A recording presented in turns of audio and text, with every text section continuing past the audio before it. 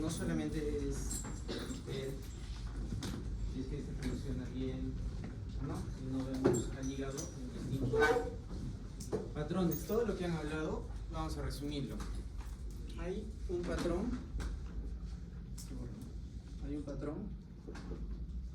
de daño hepatocelular. ¿Quiénes estarían en ese patrón de daño hepatocelular? ¿Cuál es? AST y ALT, ¿verdad? Ahí, esto. ¿Cuál es más específico? ¿Segura? ¿Segura? ¿Y el AST? ¿Dónde más lo encontramos? Entonces, el AST lo encontramos tanto en el hígado, tanto en el corazón, hueso, ¿no? Pero esta es netamente del hígado, ¿verdad? Entonces, cuando hay una elevación de esta ALT, estamos viendo de que es directamente del hígado. Pero si vemos uno que es solamente del AST, vamos a decir que puede ser de otras causas, ¿verdad? Listo. Ahora, hay otro patrón, que es un patrón colestásico. ¿Quiénes estarían dentro de este patrón colestásico? La fosfatasa alcalina, la gamma-glutamil transpeptidasa y las bilirrubinas, directa e indirecta. La fosfatasa alcalina, cuando se eleva, ¿dónde más está? En el hueso, ¿cierto? Entonces pueden estar asociados por enfermedades óseas. Si es que vemos una elevación de la fosfatasa alcalina, decimos, oye, esto puede ser del hueso, pero si se asocia con GGTP, es del hígado. Vean que la GGTP también está por el consumo de alcohol, por el consumo de fármacos, ¿ya? Y las bilirrubinas, la directa, ¿qué quiere decir? Obstrucción de las vías biliares. ¿Y la indirecta? Hemólisis. Entonces, cuando vemos un examen de laboratorio, no solamente es decir, está elevado, están elevados acá, pero tenemos que ver qué cosa está elevándolo. Si nosotros vemos una elevación de los dos, decimos, netamente es del hígado. Si vemos solamente aislado, decimos, oye, puede ser por el corazón, puede ser porque también está en los esqueléticos, puede ser también porque está en el hueso, pero tenemos que ver todo ese patrón, todas esas enzima. Y otro patrón es el, ¿cuál? No, de síntesis. De síntesis. Aquí analizamos, por ejemplo, una cirrosis hepática. ¿Quiénes están ahí? Albúmina. Está la albúmina y la albúmina y el TPINR. ¿Ya? ¿Qué es la albúmina? Una proteína. Es una proteína que el hígado lo sintetiza. Entonces, si está dentro de los valores normales o adecuados, decimos que el hígado está trabajando bien, ¿no es cierto? Pero si vemos una hipoalbuminemia, decimos que su síntesis o el trabajo del hígado puede estar alterado. Entonces, esto netamente me dice hígado. ¿Y el TPINR o el TP? ¿Qué es? El tiempo en el que tarda de... Son factores de coagulación dependientes de vitamina. Entonces, son factores de coagulación dependientes de vitamina A. Entonces, cuando estudiamos pruebas hepáticas, tenemos que ver todos esos factores, todos esos patrones. No solamente decir, el hígado está trabajando bien, hay obstrucción, no. Sino que tenemos que ver todo un sinfín. Ahora, cuando vemos que ciertamente hay una elevación de la ALT, hemos dicho que es del hígado, pero también puede estar relacionado por causas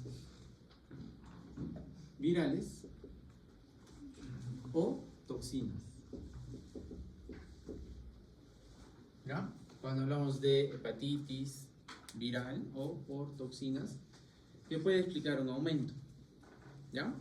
Entonces, cuando hablamos de pruebas hepáticas, eso resume toda la exposición, ¿ya? O sea, todo decir, vemos alaninotransferasa, aminotransferasa, fosfatasa alcalina, gamma glutamilas, bilirrubina, directa, indirecta, pero tenemos que ver cuándo se elevan, cuándo hay un aumento de esta. Que sepamos los valores, sí, puede ser, pero más les va a servir en clínicas, pero ahorita el momento es saber cuándo está alterado un resultado. Entonces, si vemos una alteración de esto, no solamente es verlo de forma aislada, es decir, solamente se está elevando la LT. He escuchado que si se asocia con la AST se puede ver el hígado, sino tenemos que ver todas estas. Y cuando pedimos pruebas de función hepática o perfil hepático en los hospitales, todo esto te lo da. Entonces, si por ejemplo tenemos un paciente anciano, mayor de edad, anciano, por lo general, estos, no necesariamente ancianos, no podemos tener uno abandonado, por ejemplo. Te quiere decir de que no está teniendo una buena alimentación. O tenemos un estudiante de medicina que solamente come el honguito, no come bien, etc. Entonces ellos pueden tener una hipoaluminemia, una disminución del albúmina. ¿Cómo vendrían estos pacientes? ¿No? ¿Por qué?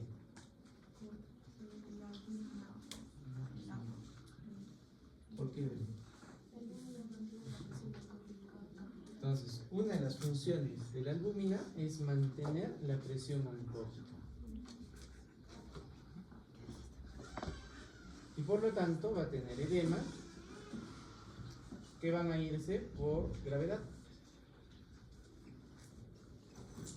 Pueden tener edemas en miembros inferiores, pueden estar con las piernas hinchadas, puede haber derrame pleural, puede haber derrame pericárdico, o sea, donde hay agua, ¿ya?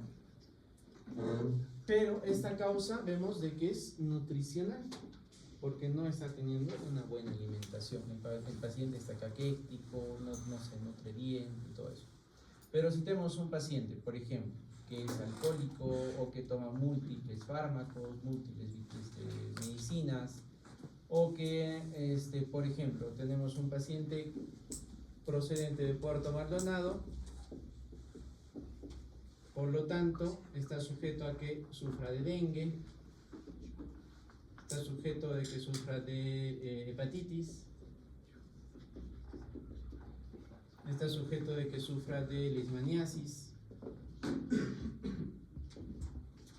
O sea, todo esto, de alguna forma, te va a afectar el hígado. ¿Okay? Entonces, ese hígado, si es que indirectamente te da una hipoaluminemia, un incremento de fosfatasa alcalina, un incremento de AGTP, ya no estarías hablando de un factor nutricional, sino estás hablando de un daño directamente en el hígado. ¿Pero qué tipo de daño? Vamos a ver colestásico, raro, ¿verdad? Raro.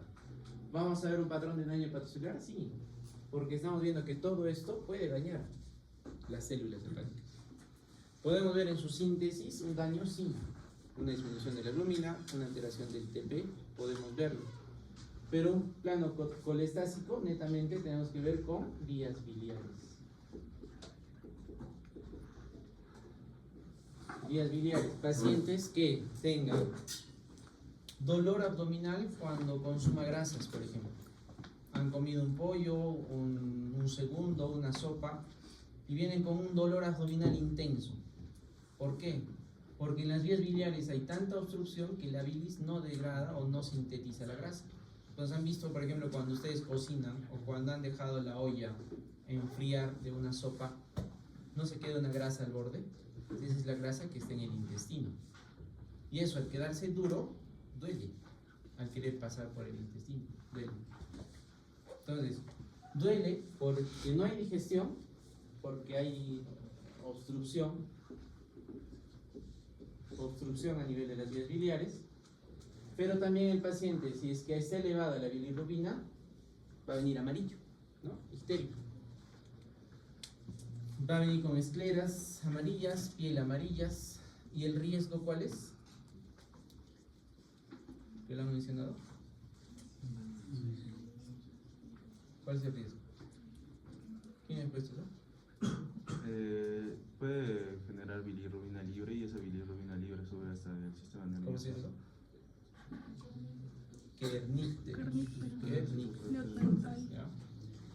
Y eso no solamente es por deficiencias o obstrucciones de las vías biliares, sino se ve también en los neonatos.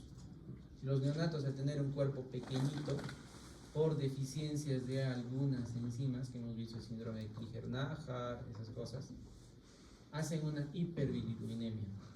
Y al tener un cuerpo chiquitito en tanta sangre, harta cantidad de bilirrubina, se va al cerebro y esa bilirrubina en el cerebro ya no se sale, se queda ahí. Y hace un síndrome de Kernicterus que ya la bilirrubina se impregna en el cerebro. ¿Dudas? ¿Preguntas? ¿Todo claro? Entonces, cuando estudien o analicen un examen auxiliar de pruebas hepáticas, véanlo como un todo. ¿Ya?